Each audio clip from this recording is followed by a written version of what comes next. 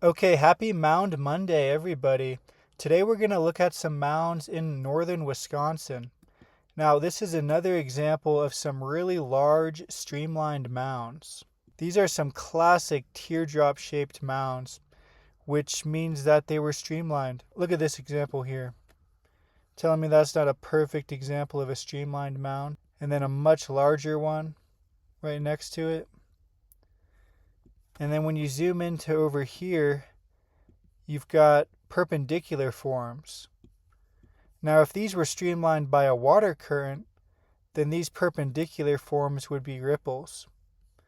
And that's exactly what I suggest they are. And then we go over to this spot over here, and then we get some really nice, more pointed streamlined mounds. Now, are you going to tell me these don't look exactly like what we found in Florida? Because I think they do.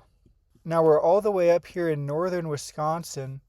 Why would they look like a feature on a warm coastline down in hot Florida? Well, Florida has water, and so did Wisconsin.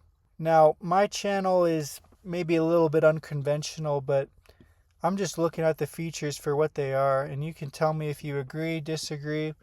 I'd love to start a conversation in the comments. But when I look at these features and at these landscapes, I see a water-carved landscape. And I hope you guys too, and I'm going to try to explain to you guys why it makes so much sense to think of a lot of places, especially flat landscapes, as being shaped by sheet water flow. So I've previously talked about Russia, which also has some really nice streamlined mounds. I mean, this right here is a really good example of a teardrop mound. And it's very large too. Let's check out its width. Over 2 kilometers wide. So we've got Wisconsin has large streamlined mounds. Russia has some really nice large streamlined mounds. If Wisconsin and Russia have large mounds, you're probably thinking, oh, it's probably got something to do with ice sheets or ice sheet melting.